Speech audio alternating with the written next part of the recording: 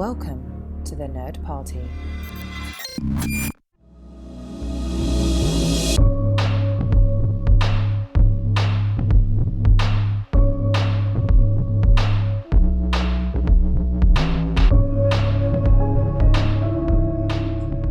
Hello, everybody, and welcome to Houselights, House of Cameron, where we look at every single film directed by the one and only James Cameron. Tonight, oh my gosh, is a special night. This has to be probably, one of the reasons why all three of us wanted to do House of Cameron, and that is 1986's Aliens, plural.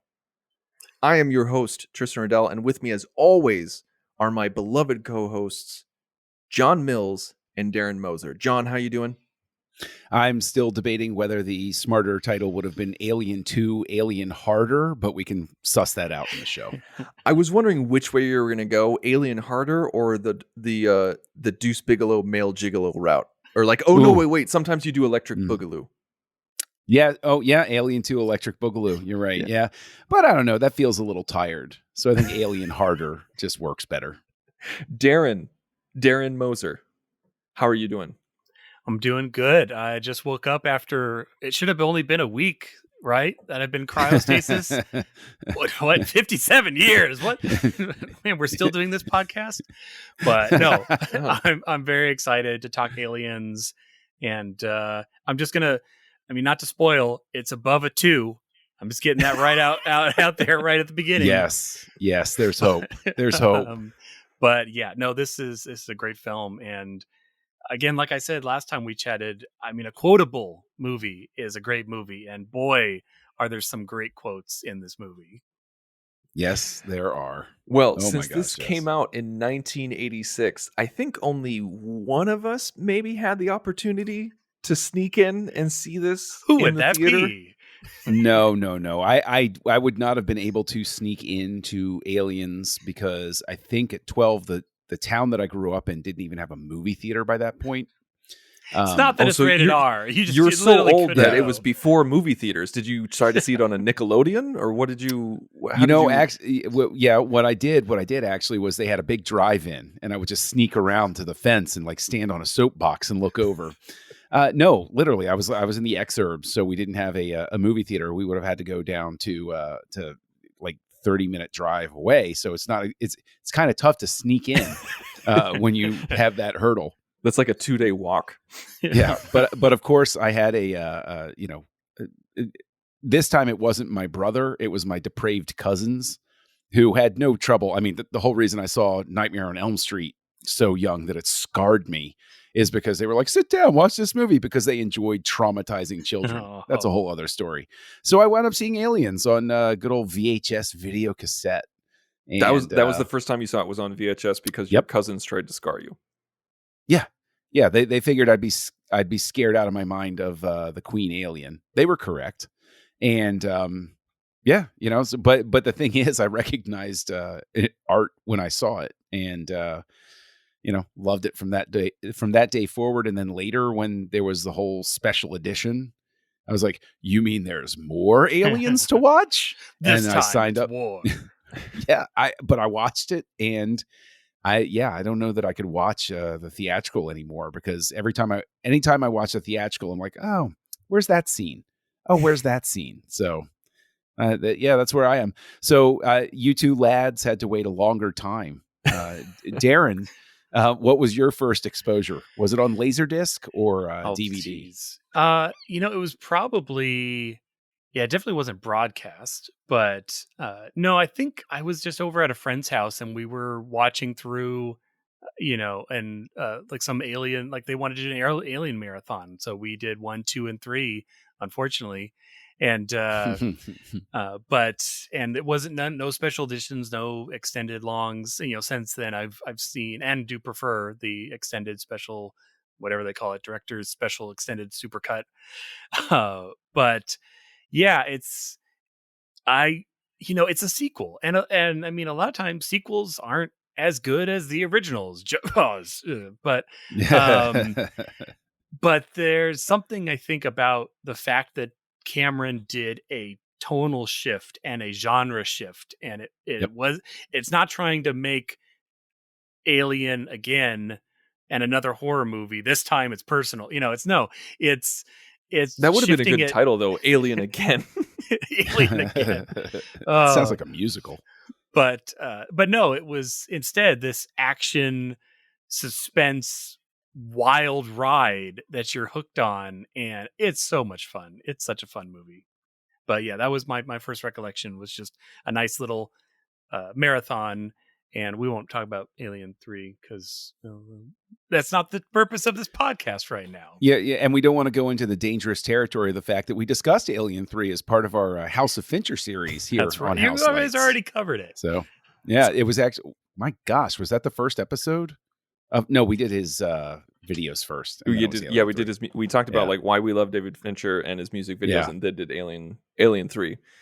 But our second episode, with me, I think it was on broadcast. Actually, was the first time I saw it because like Darren, you were 3 when it was released, and John, you were 12. I was 13 days old when it was released.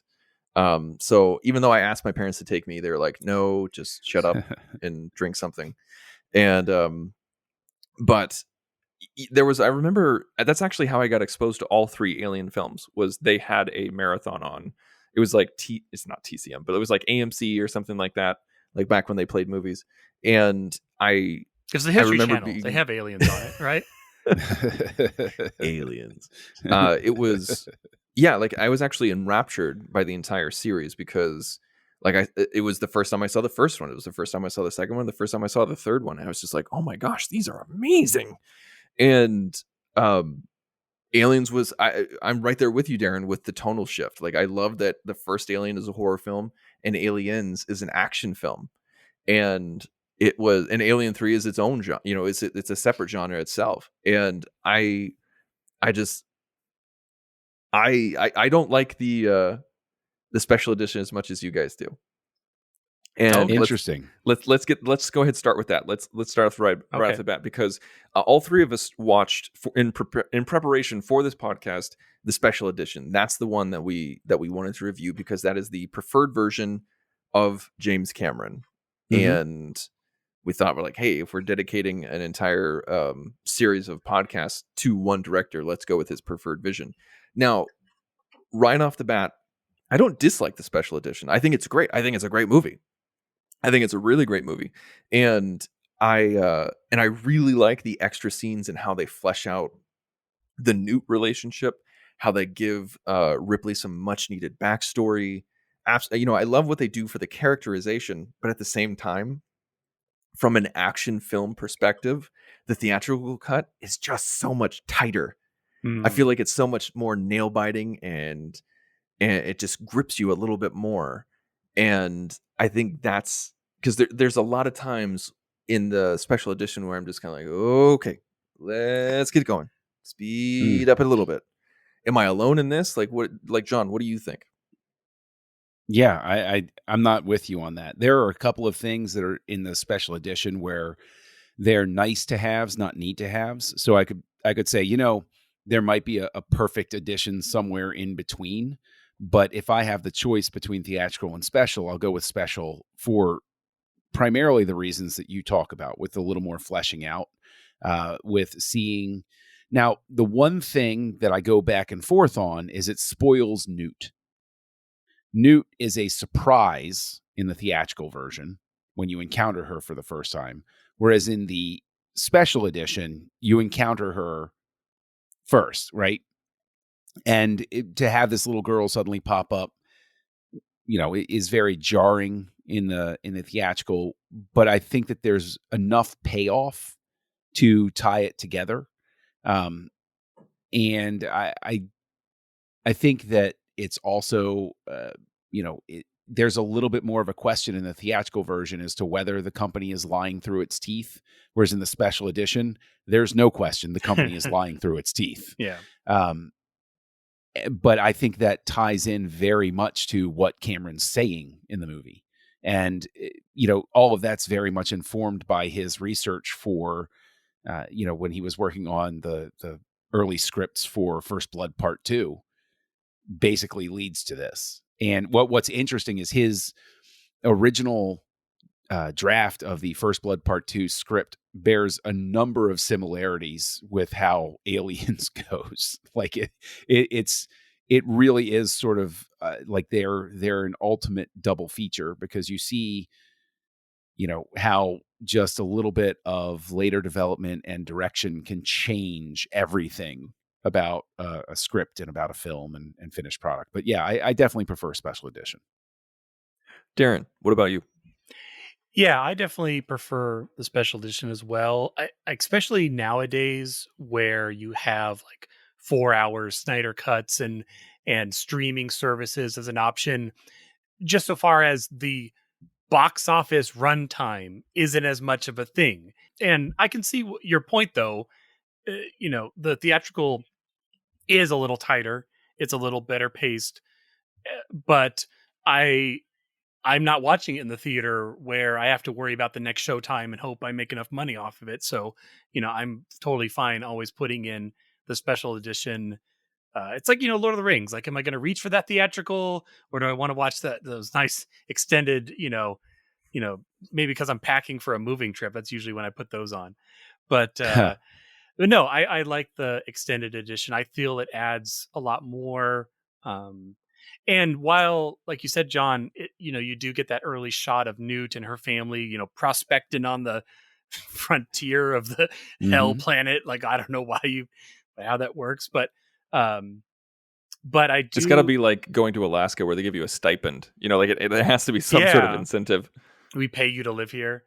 And like you said, I do like how that puts the pieces together. And I think it was only this viewing where I really that clicked, as far as, oh, she said, hey, there's a ship here. And I mean, I don't think I noticed it before because they do time jump and you don't realize they time jump, because obviously it's been a couple weeks since the message was sent to the planet. And then obviously it's a couple weeks since the no response comes back, and it happens very quickly, but obviously time has passed.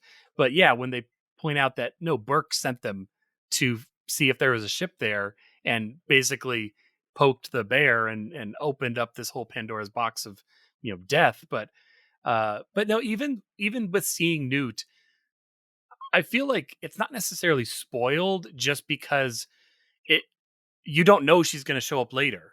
As far, if you're watching it with a blank slate, going through, here's a girl, and then you don't see her again until much later. And then your mind can draw it back in and be like, oh, wait, is that the girl I saw in that opening scene? Like, oh, she survived. So I don't know if it necessarily spoils it, but I could see that perspective if you're watching the special edition after having it revealed who Newt is in the theatrical. If that makes sense. Yeah, it does.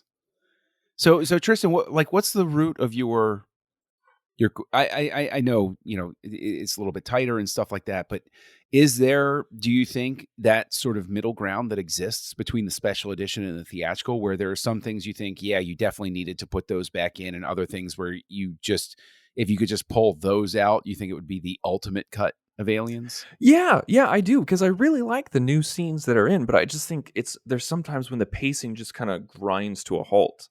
Because I do like the added material, but there's certain times when you're just, it just needs to be, I hate to just repeat myself, but I think it just needs to be tighter. Like there's certain times when we're seeing the ship that they're on, like the ship that they're taking to Sulaku. The Sulaku, yeah. And right before they come out of storage, like we're taking a super long tour of the ship just to show that it's empty, and that's just one example, which is similar to Alien, because we kind of right. I mean, it's very similar to Alien, but like that's just one example when like you can see that Cameron is taking his time when he doesn't need to. But let me throw this out there, is that I think that we also live in an era where we have the benefit of seeing Alien and Aliens in rapid succession, whereas home video market is just starting to sort of take root around the time Aliens comes out. So that tracking shot through showing everything, I mean, people have kind of forgotten Alien by the time Aliens comes out. I'm not saying that people have forgotten it because it was bad or anything like that, but people couldn't easily You couldn't easily necessarily watch it go right before going to see right. Aliens. Exactly. So maybe there's just a story burden to emphasize that, it's showing the ship is automated, it's all empty, it's all that sort of thing.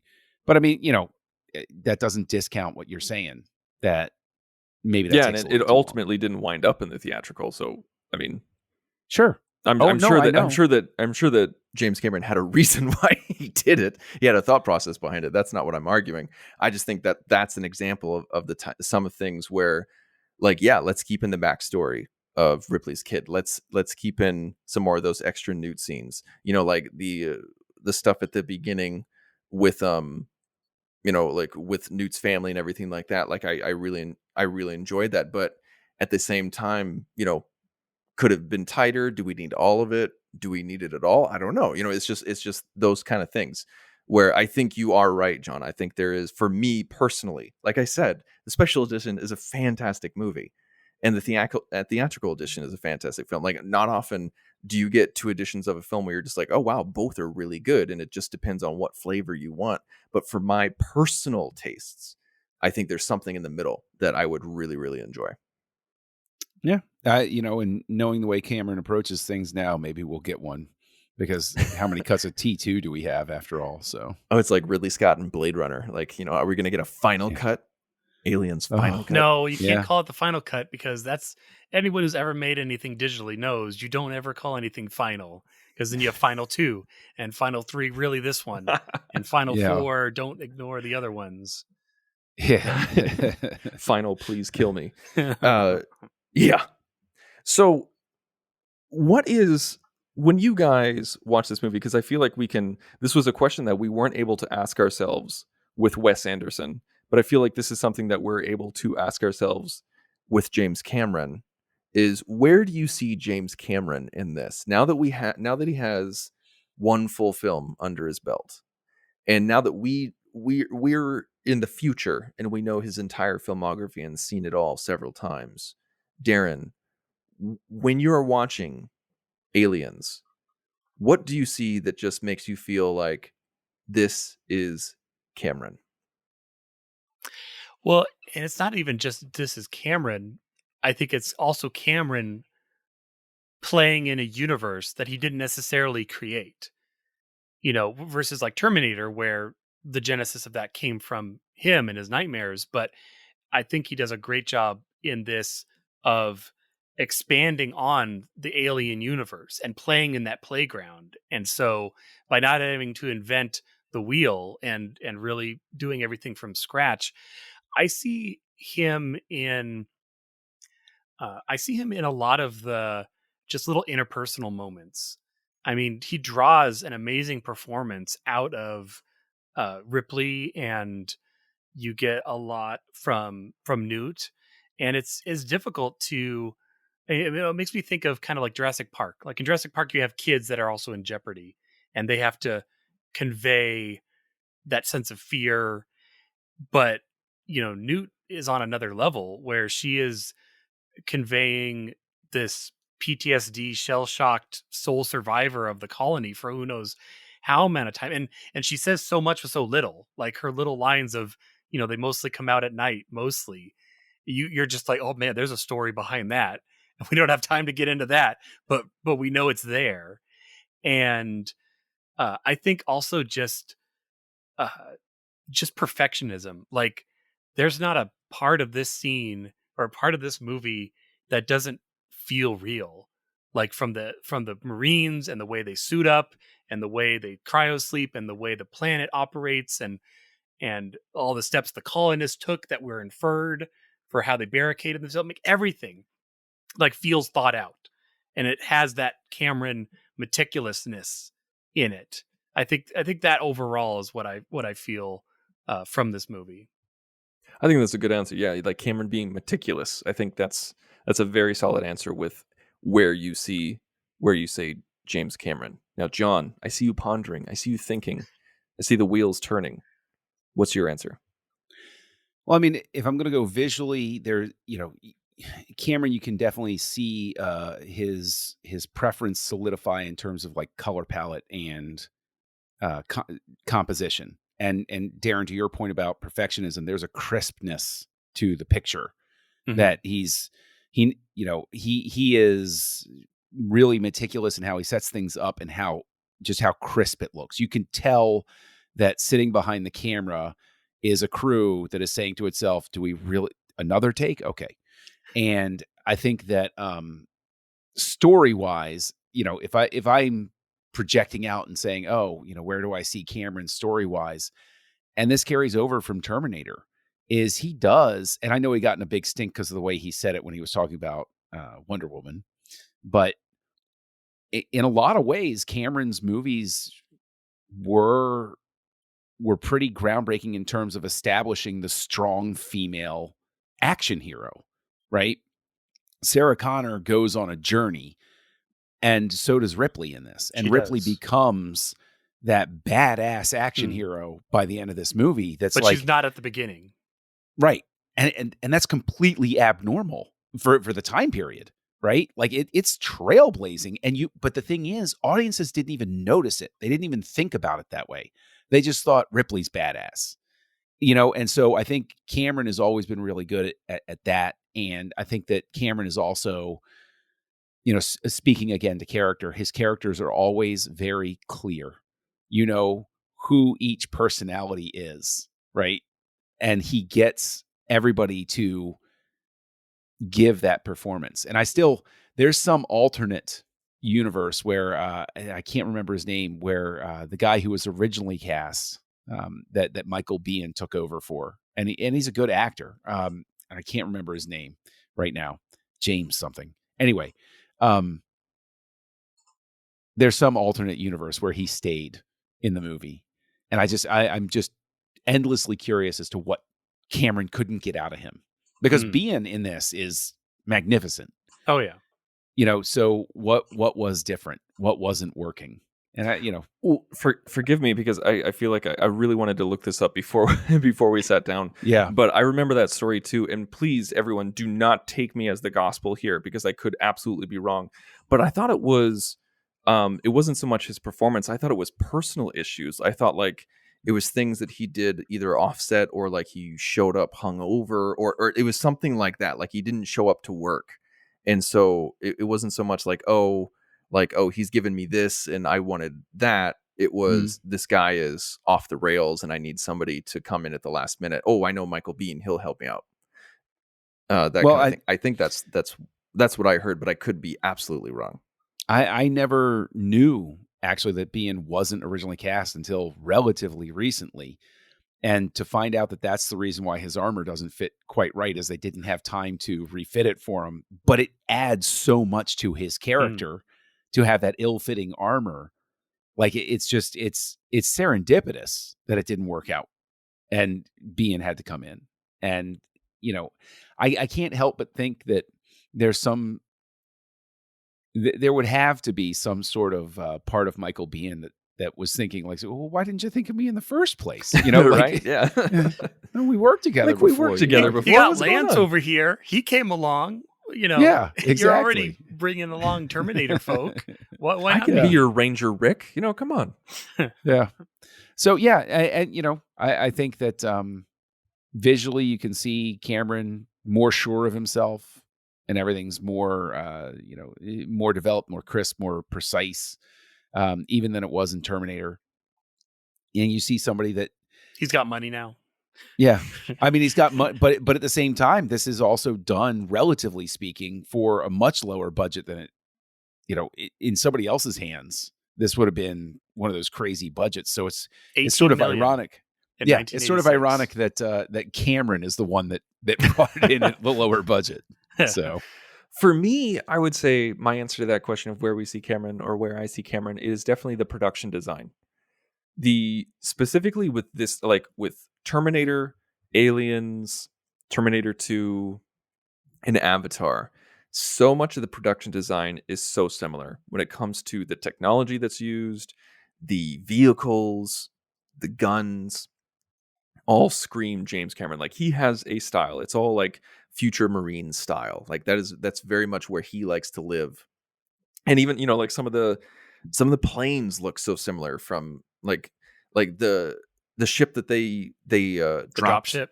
Yeah. The drop Mhm. ship looks very similar to some of the machine technology in Terminator and Terminator Yeah. 2, as well as some of the stuff, some of the human technology that you saw in Avatar. Like, he's got an idea in his head, and I need to look up the production designer for all of them.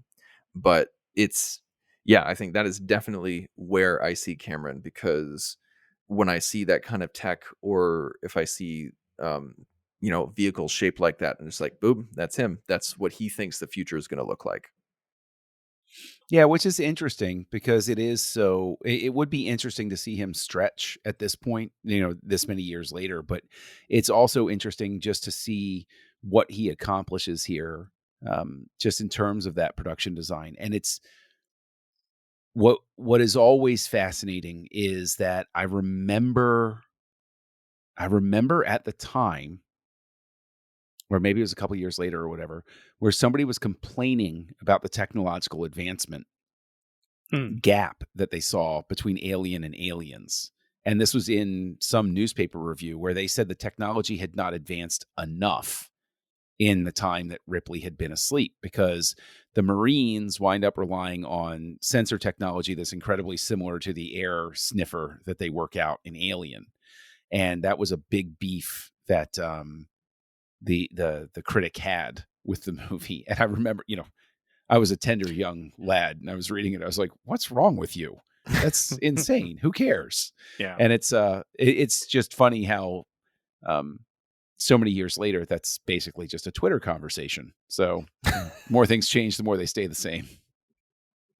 Yeah, there's certain things like that where I mean, you don't want to get hung up on little things like that, because you're just like, let's move forward. Like, there's arguments as to why do the prequels look so much more streamlined than the original trilogy when it comes to Star Wars. I mean, there's totally arguments to be made, in universe arguments to be made for why that is that, but it's also external reasons why, because there's more polish, there's more money, there's whatever.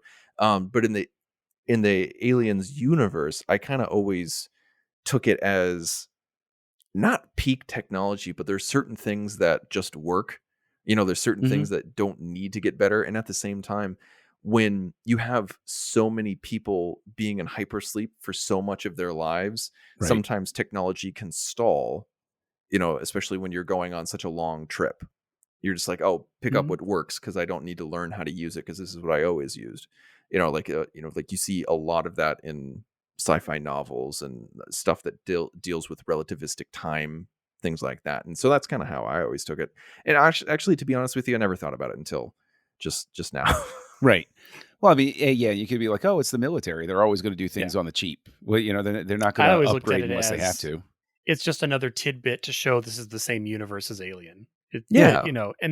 That's its job, and it's used effectively. I mean, it's not like the scenes it was put in were like, oh, why are they doing this now when they have this? It's like, no, you get the great, like, that's inside the room. Where are they? And then it's like, oh, they're in the ceiling, and it was used effectively for sure. Yeah. I think that it's also one of those things where I don't know, people just do get hung up on that stuff. And I wish that, like, when you come at a movie like this, it's, everybody's quoting it now because it resurfaced again. Mark Hamill's story about coming out of the trash compactor, where he's like, oh, shouldn't my hair be wet? And Harrison Ford apparently said, kid, if they're looking at your hair, we're not doing things right. It's like nobody else on the face of the planet noticed that little thing until the critic was like, well, what about this? It's like, Right. Who cares? I love your voice of the critic. Yeah. Oh, what about this? Are we supposed to believe that if they hit this key twice in a row, we get a different note? Right. Yeah. Okay. So speaking of moments, when you guys think Alien, I feel like all of us, have a favorite moment. And when we view these movies in our heads, there's a certain moment or a certain scene that pops into your head. That's the first thing that pops into your head. John, when you were thinking about doing House of Cameron and you knew that we were going to be talking about aliens, what's the scene that pops in your head where you're just like, that is either a great scene or that's the scene I always think about? The first thing that always pops into my head is Newt in the water and the alien coming up behind her. It's an incredible shot. Like you could just, I actually showed Aliens to my oldest not too long ago, less than a year ago, and she had never seen it before.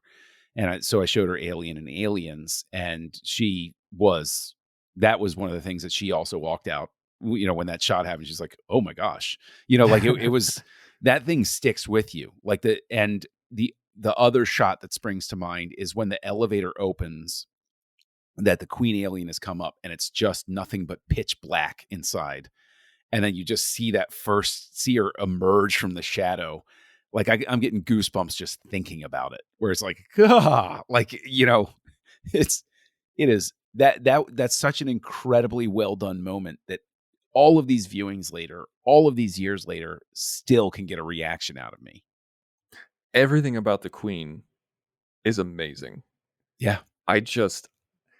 When I was watching it 2 nights ago for this podcast, I was just thinking to myself, what's really sad is that if this movie was made today, it never would be a puppet.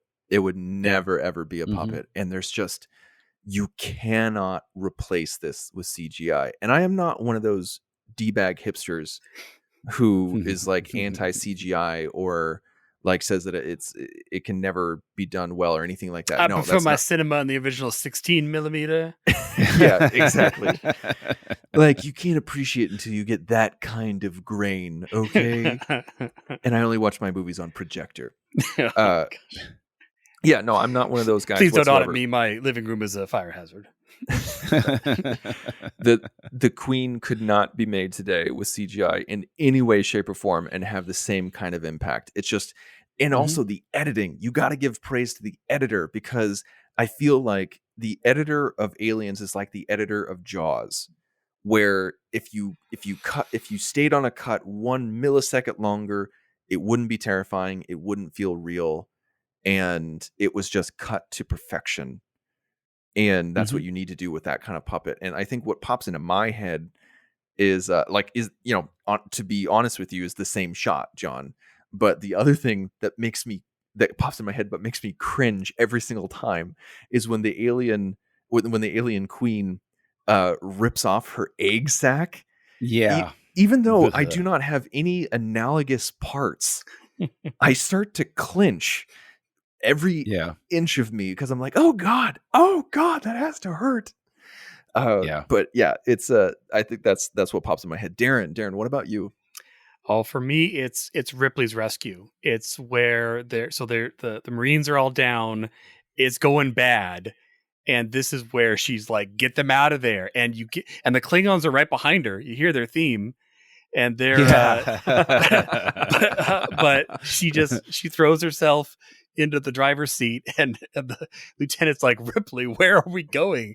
Because he's just freezing. Like, it's his second combat drop, guys. He's not supposed to be here. And it's great because it's just, the music is on point, the action's on point. I mean, that's the moment that Ripley is now an action star. Like, she's been groomed to that up to that moment. She's been groomed for that, and she's just like, we got to get out. And then, like you said, Tristan, the editing, I was just watching some of the behind the scenes again, and they were talking about the scene where the alien is trying to get into the APC, where it claws into the door and they're trying to close the door.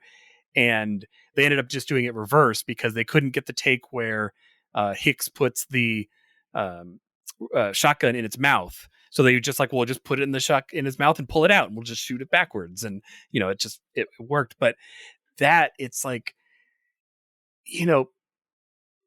you see more of the aliens in this, obviously, but they're used in a completely different way than Alien. Whereas Alien, it's way more profound. The less is more. Less you see of it, it's more in the shadows. And this, you see a little more of them, but they're still, James Cameron knows exactly how he wants them shot, exactly how they're going to come across. And it's always implied that there's more.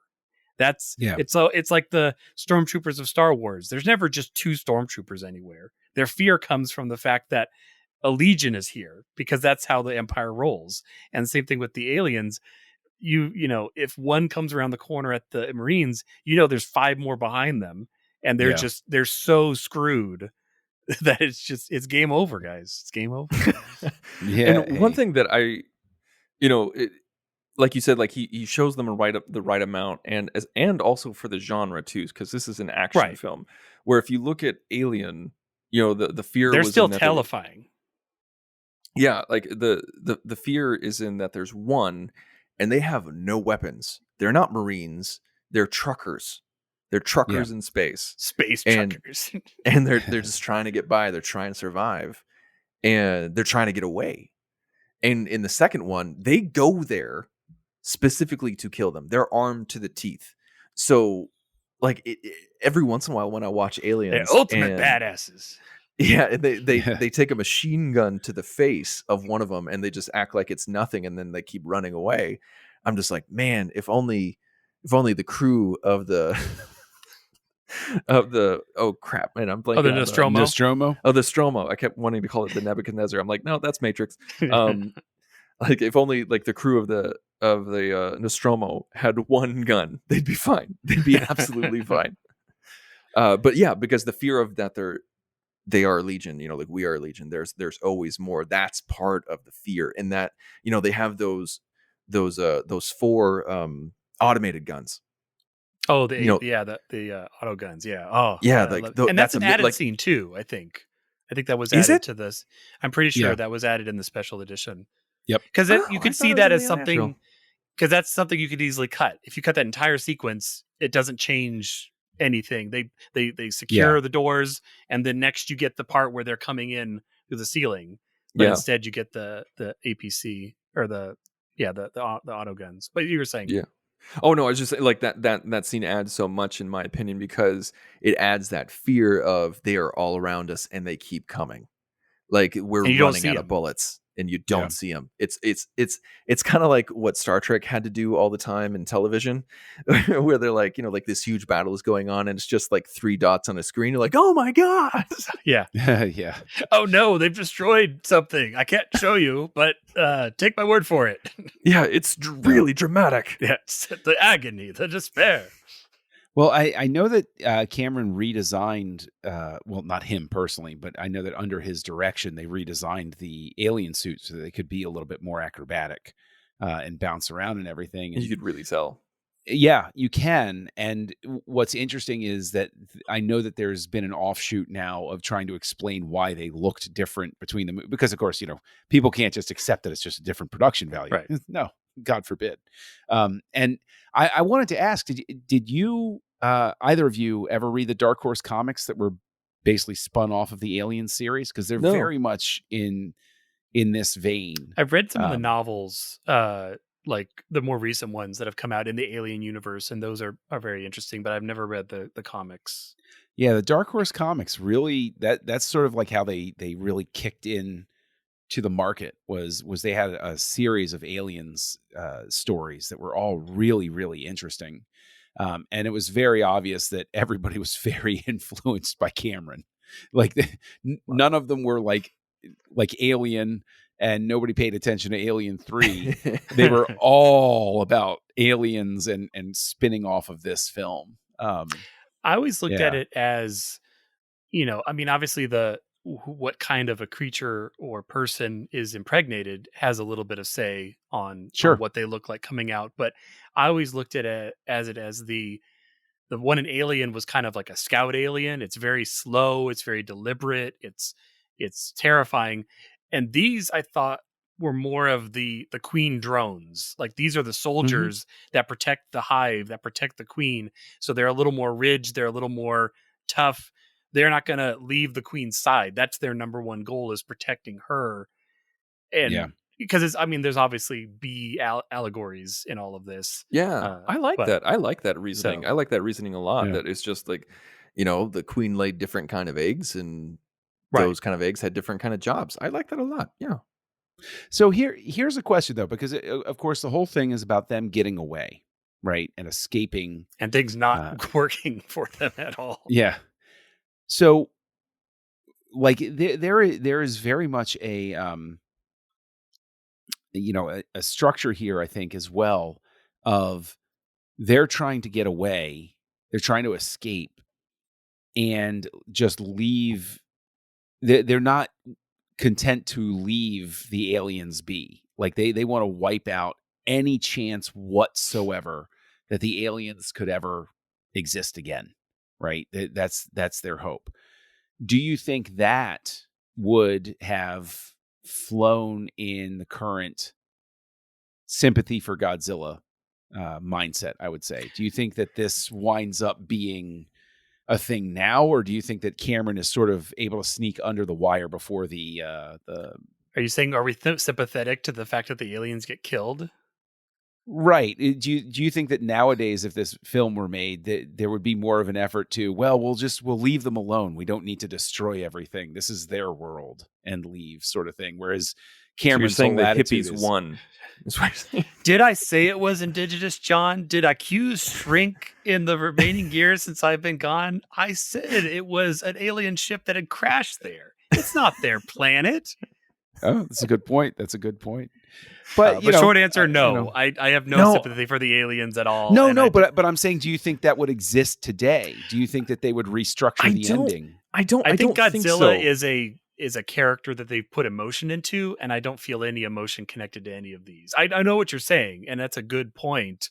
But it's the horde versus the lone stoic figure, whether it's an alien or not, or a creature. But that's my thought.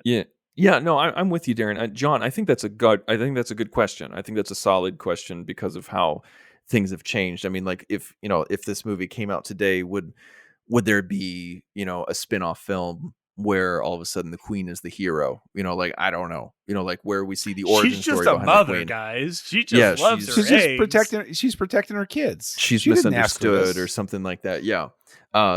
Possibly, but I don't think so. I think Darren hit it on the head where this is the horde mentality. This is like, these are mindless. Today they'd be CGI. These are like, they're these animals. Are the mindless, they're not disposable force. Like, these are the battle we keep coming back to Star Wars, but like, these are the battle droids of the alien universe. Like, they're mindless, they're animals, they say Roger Roger, they're just there, So, and that's always been an aspect of Aliens and this franchise, is there's always been the angle of the company wanting to get one, and that fear of you're playing with a nuke, and it's totally fine, but it's not. And you have Burke, who we all hate. I mean, we love to hate because they've created his character for us to hate, and he's just pulling these strings to try to get his percentage. And Ripley points it out. She's like, you don't see us killing each other for a percentage, you don't see them, killing each other. Like, their single-mindedness makes them so terrifying. Yeah, and that's what's really interesting is the fact that there is an aspect here, I think, that Cameron has to have hit on intentionally. Like, he's informed by, researching Vietnam. And the thing is, you look at First Blood Part 2, and the whole thing is about how the CIA, the company, quote unquote, as the CIA is referred to, are the bad guys. They're the ones making the wars happen and pulling the strings behind the scenes. The soldiers don't even know why they're really there, but the company does, right? So you could view it like that. But at the same time, there's almost a Futurama flavor to the world that Cameron creates in that if you really peel it away to how much power this company has, right? You realize that Earth of the future is this dystopian nightmare of company rule over everything, corporate rule over everything. And in Futurama, they have that sort of like nightmare dystopian future, but they're like, yeah, it's life. What are you going to do? And nobody even slows down to think about it. But that layer is very much there, that there's this, I always make reference to it, but Frederick Pohl and C.M. Kornbluth wrote a book many decades ago called The Space Merchants. And Aliens very much fits into that mold, that the the corporations are the ones calling the shots. And so Cameron here has a very clear worldview that in the future, it's the corporations that are the real government. The military might be tied to the government, but it's the company that's calling the shots and sending them out there right now to go they're the and, ones and invested. bring them back. They Right. manufacture these. Did you know? Yeah. And I love that they just call it the company, because like when you call it, when you say the company, everybody knows what company you're talking about. I think that's a really nice. I mean, touch. they give it a name in this movie with Wayland Yutani, but they don't actually say that even that much after they drop it. It's just the company. Burke's like, I'm a company man, but don't hold it against me. It's like, no, we're gonna hold it against you. Sorry, bud. I always kind of thought of it like the like the pill. When you say the pill, we all know which pill we're talking about. There's lots of pills, and we all take different kinds of pills. But if you say the pill, you know what you're talking about, just like with the company. So, okay, we're reaching up on 45 minutes here on the podcast, and it's obvious that we all love this movie because it's a great film. It's one of the greatest.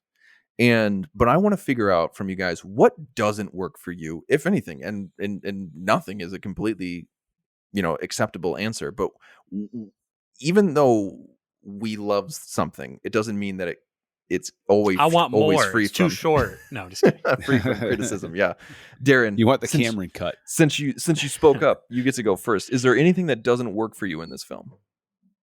Oh man, that's a harder question than what does work, because it's very little.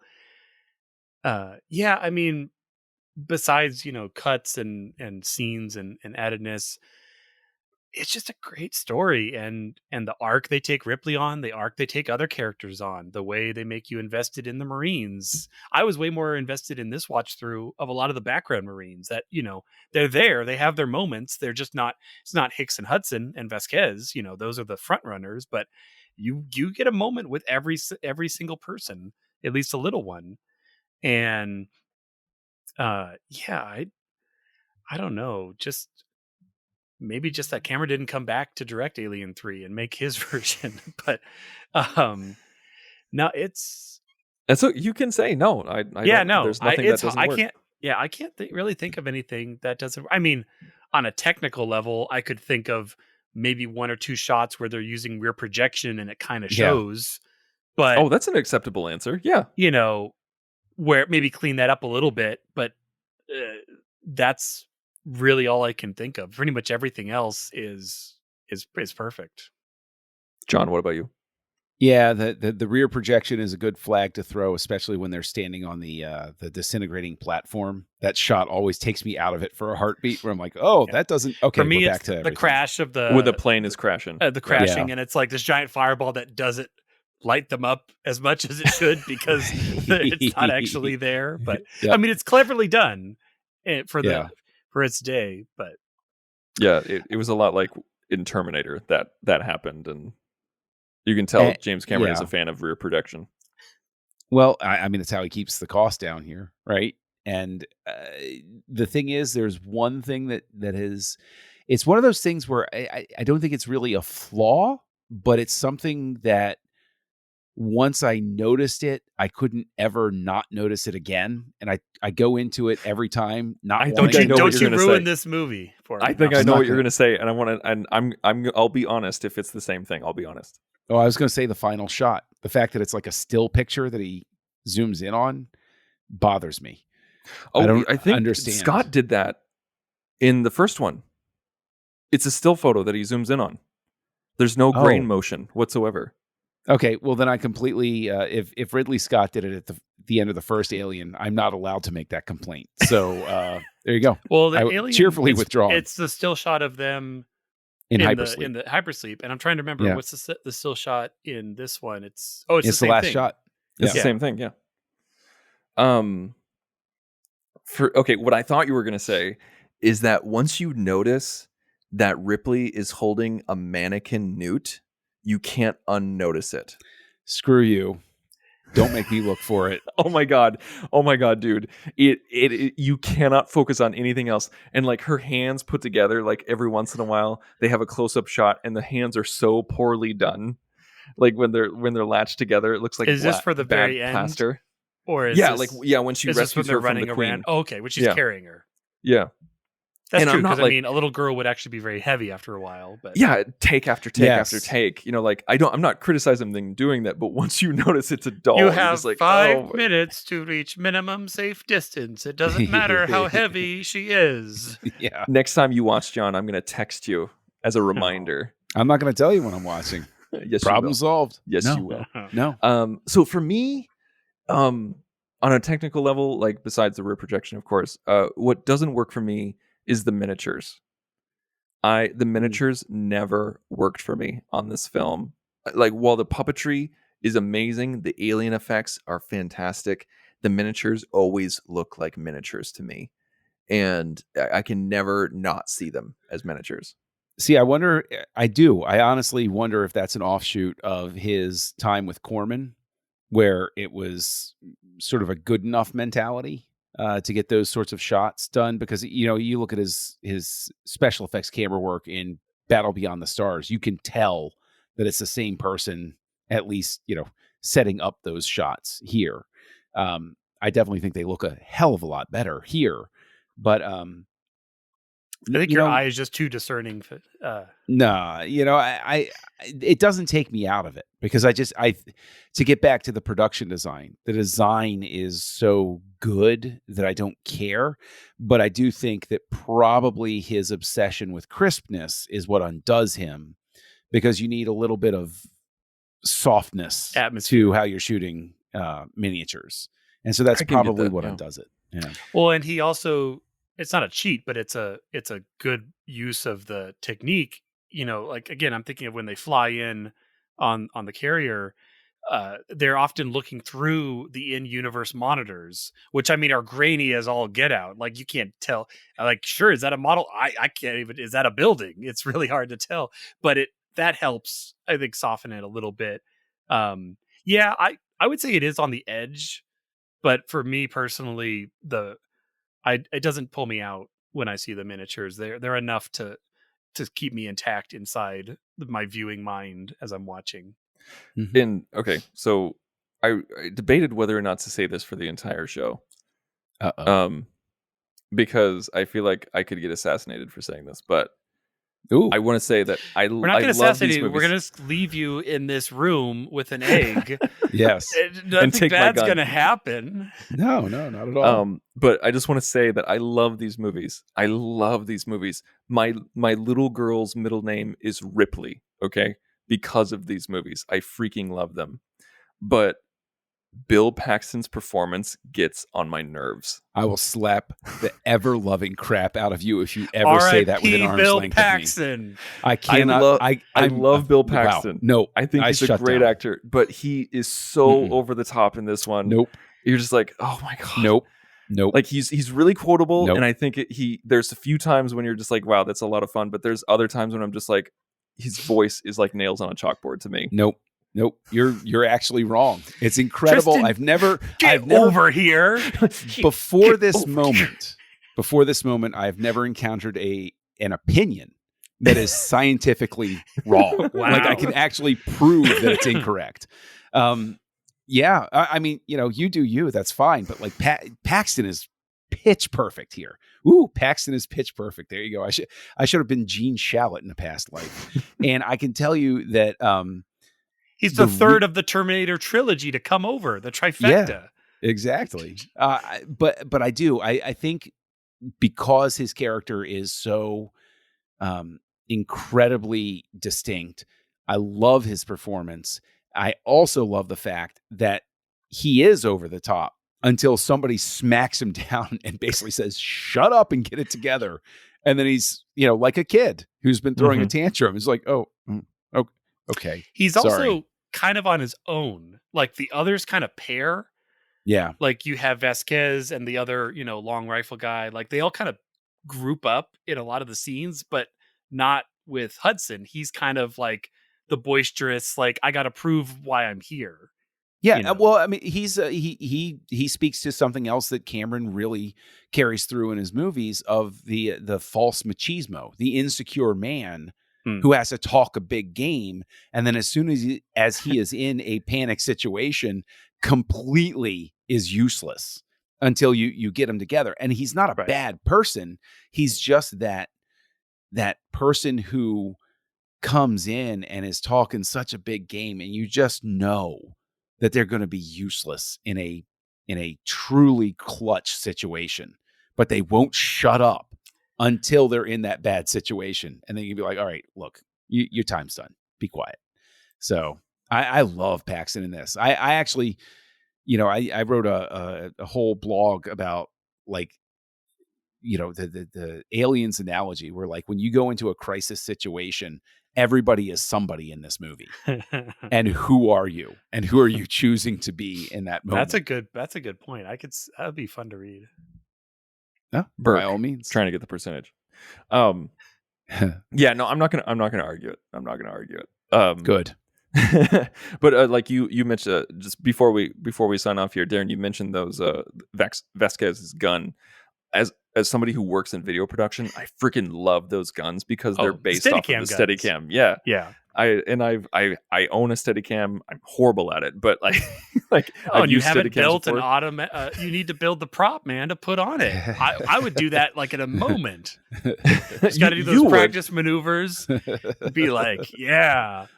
For those of you, like, obviously this is a podcast and you can't see what I'm seeing, but I'm looking at Darren in his workshop right now, and that needs to be your next project, man. You need to build. Oh my gosh, you would do that so well. You'll get a really long package in the mail, and you're like, "What's this?" Like, it's just the armor piercing machine gun from Aliens that you can put on your. Total side note. Oh no, John, go ahead. Oh, I was just gonna say, and then you suddenly get a visit from the FBI. Right. What is it you're trying to ship right now? It's prop. It's a prop. Parts. It's a prop. I swear. Okay, so, like, side story, Darren, you and I went to Vegas together for the 50th anniversary of Star Trek. Yep. You built me something. You built me two things. You built my wife, Leia's gun blaster. Yeah. And you made and brought me Batman's grappling gun. Oh, sweet. And you put them in a case for me, and you said, you probably shouldn't try to check this. You should probably ship it to yourself. Yeah, it's this like Pelican case with a Leia blaster and a Batman grapple. And I was just like, Tristan, I don't think you should try to carry this on to the plane. I don't think that's going to work. Have fun figuring out how to get it home, but well, all right. One last thing I wanted to ask you guys just before we closed was, what parts do you feel work best in this movie because it's a sequel? Because he doesn't have to invent the world from scratch. The main thing that for me, I'll go first so you have a moment, that comes to mind is Bishop. Is because we're suspicious of Bishop through the eyes of Ripley, because he's a synthetic, and the last synthetic, I mean, they even call it out. They're like, well, yeah, those twitchy A27s. It's like, no, like, it didn't just wig out. It tried to kill the entire crew. It's like, your company, man, your PR is showing. But so I love that, and I love the payoff we get. I mean, she doesn't really trust him, and then at the end, you think he's betrayed her, and then but in the real end, he hasn't. And that's a great little arc that could only be told because it's a sequel, because we don't have to establish. We reintroduce the concept with those few lines about always having a synthetic on board, and oh yeah, the last one went crazy. But what are there anything else you guys can think of in this movie that they pay off only because it's a sequel, and we haven't had to spend another hour and a half establishing something in this world? I think Ripley's arc. Okay. I would say Ripley's arc, where, like, her trauma, like, where she takes her she takes her trauma and then turns it into purpose. I think we don't have to just take it at the filmmaker's word that she went through something harrowing. We actually saw it in the movie before, and he just kind of touches on it. Do you absolutely 100% need to see Alien to enjoy the ride in Aliens? No, but I think it makes it way more richer. So that's my answer. See, I think that I mean, this is the reason this is such a terrific sequel, is that you don't need to see the first one. I know that when I saw this, I had not seen the first one. I had no idea. I think that the theatrical cut leans much more on that concept of being a sequel. I think they're able to make some of the judicious cuts that they made specifically because they knew the audience would be at least quasi familiar with what was going on. I think the special edition, possibly the reason I prefer it, is because it's more of a standalone than the theatrical. And while I do concede, I think that seeing the first one amplifies Bishop's arc for those who have seen the first one. I think that it is still self-contained enough that you don't need to. And so that's always one of the things that I really get hung up about with sequels is I really think they need to be able to function on their own. You have to make the presumption that somebody coming in and seeing this, especially pre-streaming, pre-DVD, pre all of that stuff, you had to bring them up to speed super duper fast. And to do that is a real trick. And it needs to be done really deftly. And I think that this film does it. All right. Well, thank you, everyone, for listening to us talk about Aliens and the journey that it took from 1986 to here.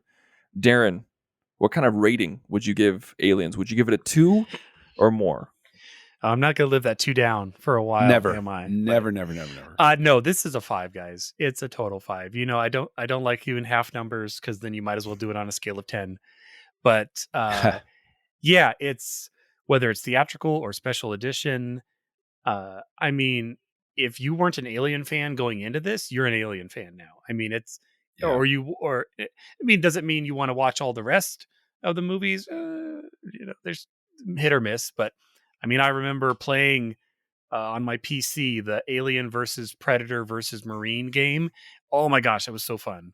So fun. Because each had it was well balanced. And if you were a Marine, you had awesome weaponry and the motion tracker, but you were also a human. So you couldn't like scale the walls or jump real far. And if one way to look at it is if this movie hadn't succeeded, we wouldn't have had this. We wouldn't have played in this universe nearly as much as we have over the last decade. Mm-hmm. Hit or miss on those, whether or not they're, cinematic achievements. I was going to say one more than the other, I think. But no, overall, it's a 5. It's a great movie. It's, as his second movie, I mean, that's incredible. I mean, you can tell that James Cameron is one of the greats. Right off the bat. I mean, he's up there with Spielberg and Lucas and others that have that kind of specialness on what they create. And doesn't mean everything is going to hit it out of the park. No, but this one, taking over a sequel, writing the story and telling the story and connecting you with the characters and not just making it a shoot 'em up action movie where you don't care. Because if you don't care about the characters, then why have the action? Because it doesn't mean anything. So yeah, I'm going to give it 5 eggs laid by the queen. Yeah. Ugh. And it follows my sequel rule where it answers a question posed by the first movie. Who lays the eggs? And I think sequels, if they can answer a question that the first movie didn't cover, it's not always the way, but it's a good way to actually have a decent sequel. All right. John, how about you? 5 pieces of cornbread. Solid. There you go. I mean, the thing is, what else can I say? This movie always surprises me with how much I enjoy it from beginning to finish. A truly great film is something that you can watch hundreds of times, and every single time I get goosebumps when I see the Queen Alien come out of the elevator. I get that just awe at the beauty of the composition of that alien coming up behind Newt. I still feel suspense when the Marines go down into that doomed fight that they're going to be in, because it does have that horror movie feel of like you want to stand up. It's like, don't go in there, for the love of God, turn around now. And you want to help these characters, which is amazing because like all of the characters and the Marines and everything, you want to help them. You want to get them out of danger, and think of how well Cameron makes everybody so sympathetic so quickly that you believe in them and you want to help them if you can. So yeah, I mean, it's a 5. I mean, again, we had our nitpicking stuff previously. I could also, to your point, Darren, about the score, Horner repeats himself a little bit here. A little bit. I mean, the Klingons were behind the wall. It wasn't that bad, but yeah. What still story works. was that where they couldn't get nominated for their work because they used it like they plagiarized themselves from another film? They used too much of a previous film, like it wasn't original. Yeah. What am I thinking? I think it was a Star Trek movie, but I can't recall. Okay, I couldn't remember if it was this or something else, but it would have had to be 3. I would think 3. Yeah, what? like Star Trek 3. Yeah. Although First Contact Goldsmith rips himself off from Final Frontier a fair amount. But either way. With me, I give 4.5 dead colonists. That's what I would give. Ooh, half dead colonists. That got gross. That got grim. That got grim. Are they still alive? Are they at the town meeting? Please tell me they're at the town meeting, Philip. I blanked on because you did eggs and you did cornbread, and I was like, oh crap, I need to come up with something cute. And I panicked because I'm like, what is going to be half of something? And so you said to yourself, I need to come up with something cute. And dead colonists was where you went. That's interesting enough. Half a dead colonist as well. Yeah, exactly. Yikes. I can't explain it. It's just where it went. Yeah, no, I love this movie. I think it's great. I think it's one of the all-time greats. I feel like I have this thing where in a trilogy or like in a franchise where if I like one movie more than the other, I can't give that movie 5 stars. Where like with Alien, that's a 5-star film to me. I like it more than Aliens. I love that film and I love this one. So I feel like I have to give it 0.5 less. I don't know why, but I mean, I talked about however some of your those mind nitpicks. works. yeah. It's Wow. it's all in there. But like some of the nitpicks that I talked about, like some of it can take me out of it. The pacing, I think, could have been better, and so I think that's why I'm not giving it 5 stars. Thank you so much for listening, and make sure to subscribe and go to thenerdparty.com for more. Please check out all of our backlogs episodes by going there, as well as check out some of the other shows on the network. We got something for everyone. We got Star Trek shows, Star Wars shows, film, TV, Babylon 5, Harry Potter, something for everyone, and new content coming at you every single day of the week. Darren, where can we find you online? Well, they can listen to me here on the Nerd Party Network on City Alpha 3, talking Star Trek every week. And they can also find me on my website, which is drsci-fi.com, DRSCIFI. Mr. Mills. Oh, look for Kessel Junkie, KESSELJUNKIE on your social network of choice, preferably Letterboxd. I have a lot of fun over there, so connect over there. But here on the network, you can actually hear me co-hosting Aggressive Negotiations, a Star Wars podcast that I co-host with Matt Rushing, where we try to make ourselves a little bit unique out there and explore some of the odder nooks and crannies of the Star Wars galaxy. And what about you, Tristan? Well, you can find me on Twitter and Letterboxd at The Insane Robin, and also on this network. And please find us on social media. You can find us on Instagram and Facebook under The Nerd Party, and on Twitter at Join Nerd Party. So thank you so much for listening, and please check in next week when we get to review the underwater adventure, The Abyss. Join the revolution. Join the Nerd Party.